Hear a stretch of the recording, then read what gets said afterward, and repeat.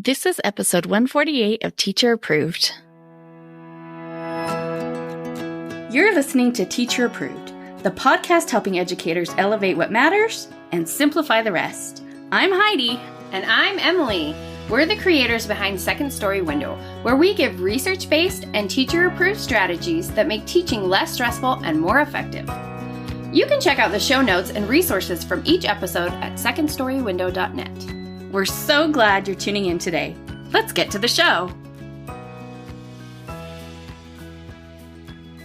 Hey there, thanks for joining us today.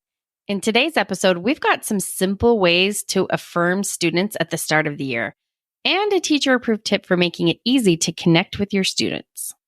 We start our episodes with a morning message, just like we used to do at morning meeting in our classrooms. This week's morning message is, you and your grade level team just started a band. What are you calling yourselves?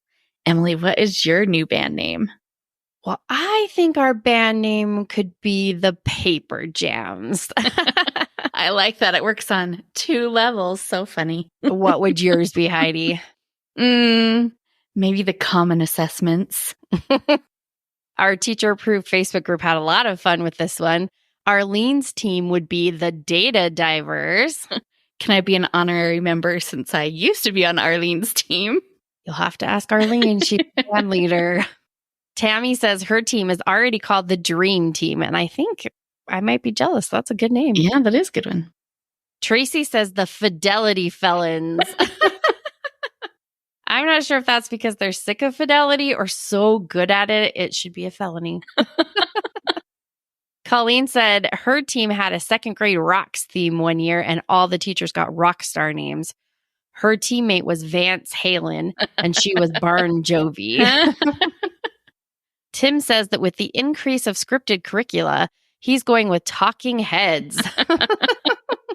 Tim's got some strong feelings. I can't blame him. Yeah, but I think that one's already taken, unfortunately. Oh, too bad, Tim. We'd love to have you join the conversation over in our teacher-approved Facebook group.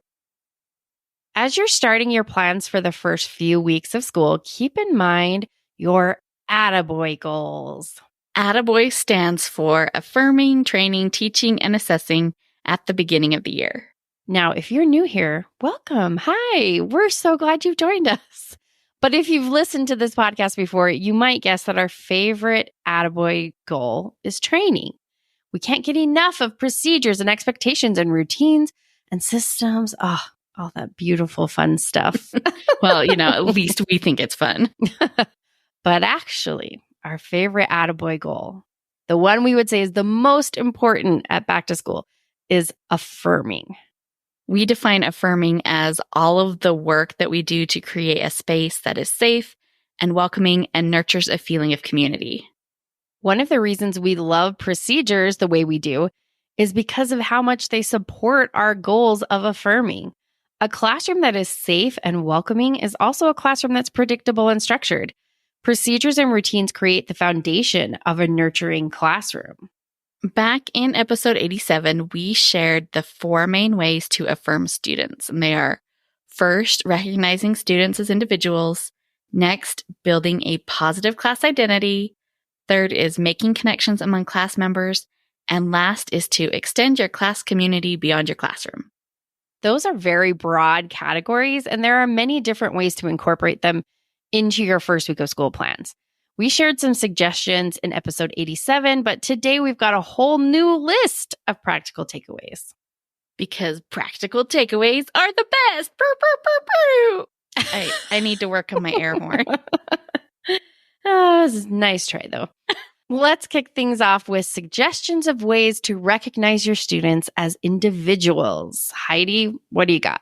One way you can recognize your students as individuals before school even starts is to make sure that anything you choose to display reflects your students' identities. In a 2019 study, researchers discovered that adjusting images and examples in classroom displays to mirror students' own culture boosted grades by 9 percentage points. Everyone wants to see themselves reflected in their space, so keep that in mind as you set up your classroom.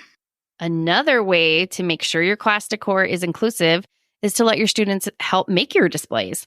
We all love a Pinterest perfect bulletin board, but displays are more meaningful to your students if they participate in making them. Joanne at Head Over Heels for Teaching has a tradition that I love. She has her students choose a motivational quote to illustrate, and here's what she has to say. This has been one of my favorite activities for 26 years. I realized I was spending way too much money on pre-made posters from the teacher store, and I wanted our classroom to be ours. This gives students a sense of ownership, and it really brightens our room with their creativity. Oh, I love this because not only does having students create classroom decor ensure that the decor is inclusive, but as Joanne said, it gives students a sense of ownership in their classroom. When students feel that they belong in the class, they're more willing to meet your expectations and engage in learning. So it is a win for everyone. And I feel like Joanne does this really well. So for sure, check her out on Instagram. Yes, she is above and beyond with the ways that she creates class community. Absolutely. Another way to recognize students as individuals is to do shout outs. Edutopia has a little video about this, and I do say little because it's literally 1 minute long. We'll link to it in the show notes if you want to watch it. Just make sure you pop the popcorn ahead of time because you won't have time during the video. Basically, all you do is have a prompt like a little chime you ring or something else. And then you ask each group to give a shout out to someone who they noticed was doing something well or was brave enough to try something difficult. I love how simple this is. And you could do this any time of day, even multiple times a day if you want. Obviously, you're going to have to teach your students your expectations. It will take some modeling and reflection for them to understand what kinds of things should be shouted out. Yeah, for sure. I bet you'll get a lot of off-topic suggestions at first, and that's okay. Roll with it and redirect them. Yes, Camden does have cool shoes. But did you notice how he was doing his work? It's so powerful for kids to be validated by their peers. As teachers, we can welcome and recognize our students all day long, but it means so much more when that cheering comes from their classmates. Another simple tip comes from our teacher-approved Facebook community. Tabitha says, we made our own playlist. I let my kids write down their top 3 songs, and after I check them out, I make a Spotify playlist with their songs. They love when I let them listen to that playlist. It's also neat to see the diversity of what my kids listen to. I have everything from classic rock to current pop. They beg me to play the class playlist. Every so often, I let them add new songs. They just turn them in on a sticky note and I vet them and then decide if they can be added or not. I told them right out the gate that not all songs would make it and they may not be appropriate, and they were okay with that. Talking about getting a lot of bang for your buck, without too much work, Tabitha is able to celebrate her kids as individuals and use their contributions to help build the class identity. How convenient then that building a positive class identity is the second way to affirm students. Wow, it's almost like we planned it. Crazy, huh? When it comes to building a positive class identity, build is the key word. As the teacher, you lay the foundation, but building the rest of it requires a team effort.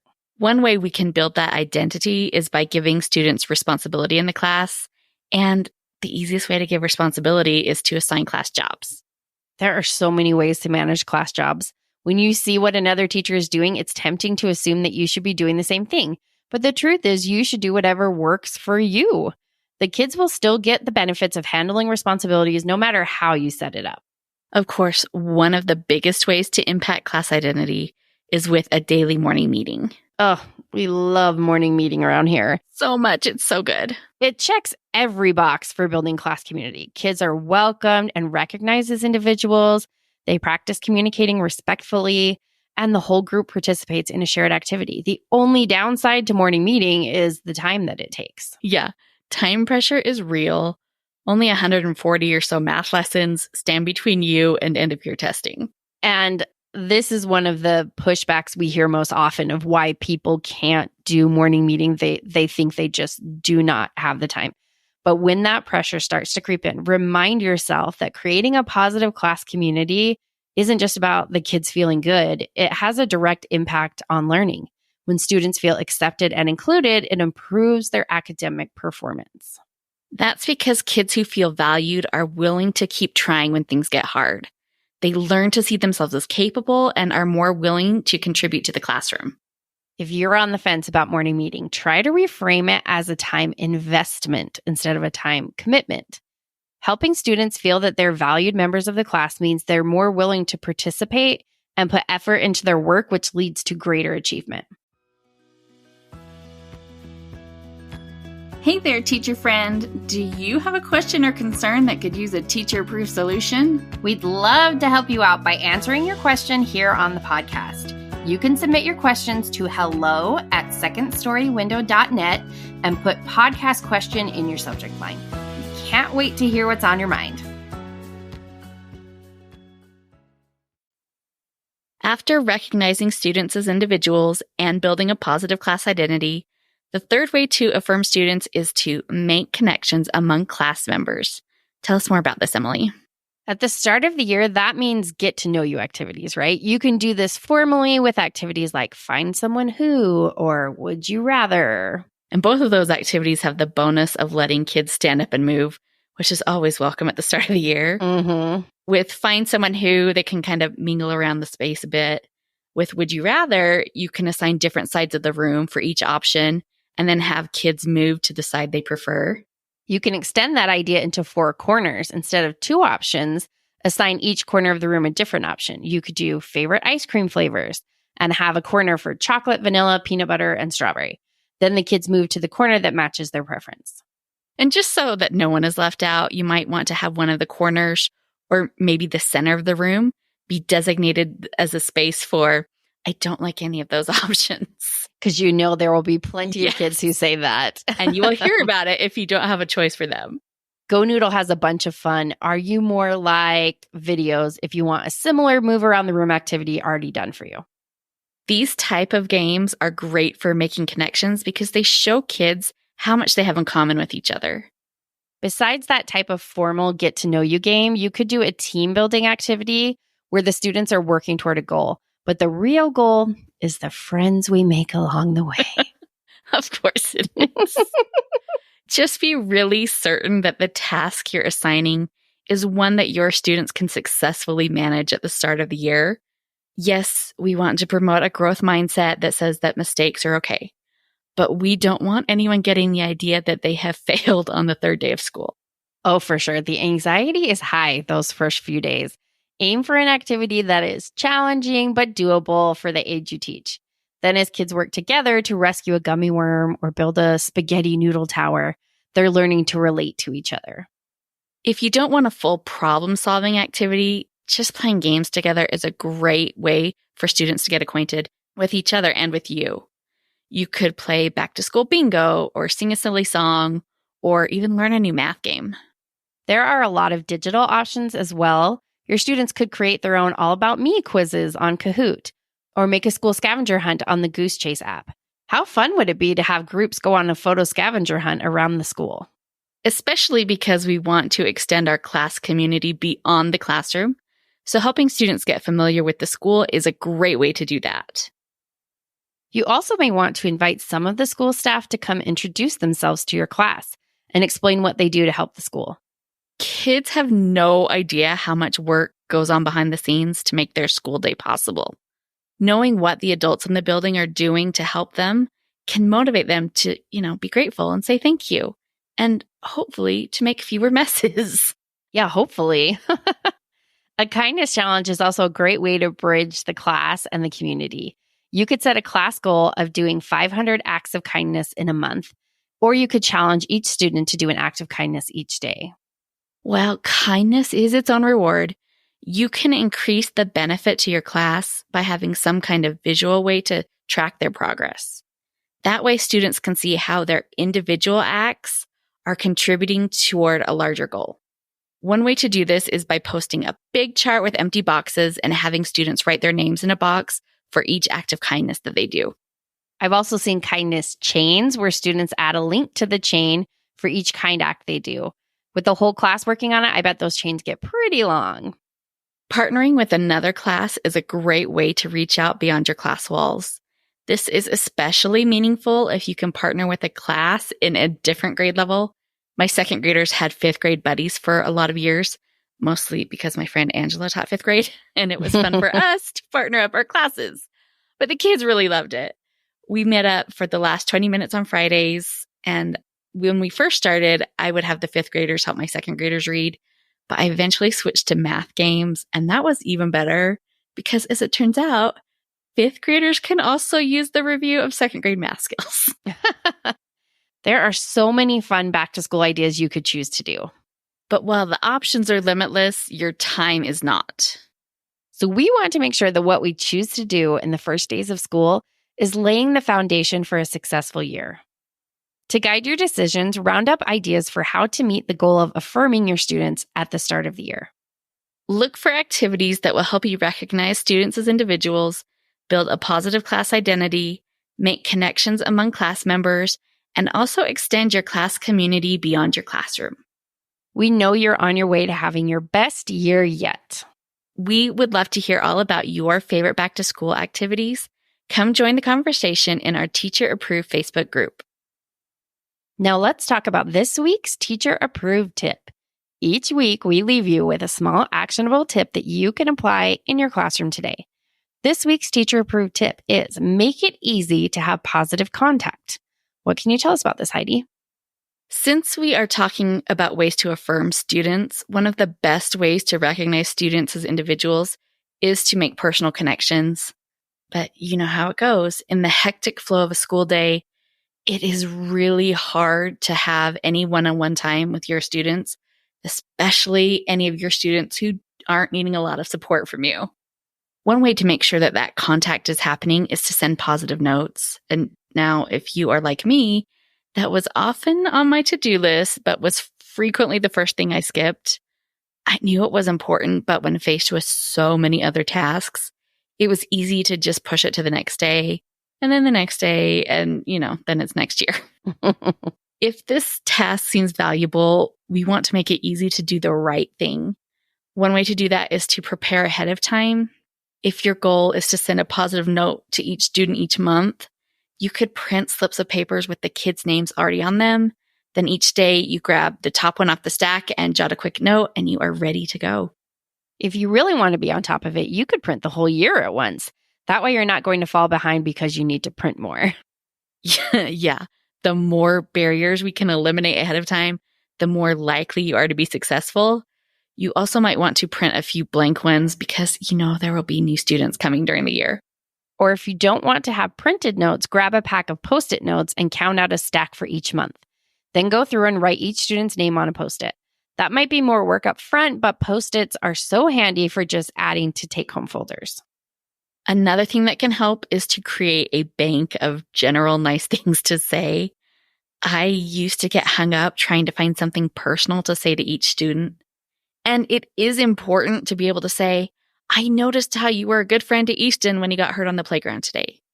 But don't let perfect be the enemy of good, our fatal downfall around here. Mm-hmm. It's better to write something generic like, I'm so glad I get to be your teacher, than it is to write nothing. Fostering personal connections with your students is so important. So do what you can to make the process easy to manage. To wrap up the show, we are sharing what we're giving extra credit to this week. Emily, what gets your extra credit? I'm giving extra credit to the very fancy, as seen on TV product, the Cup Cozy. Of course. This is a foam pillow that has little circular inserts for holding cups so that you can keep your drinks next to you on the couch without spilling. My son likes to make what I lovingly call his nest of blankets on the couch to relax in. He always wants to keep his drink next to him when he's in his little nest, but it stresses me out that he will spill all over the couch. And even though it is usually just water, it's still a big wet mess. So I grabbed this silly drink cozy pillow thing for his birthday, and he absolutely loves it.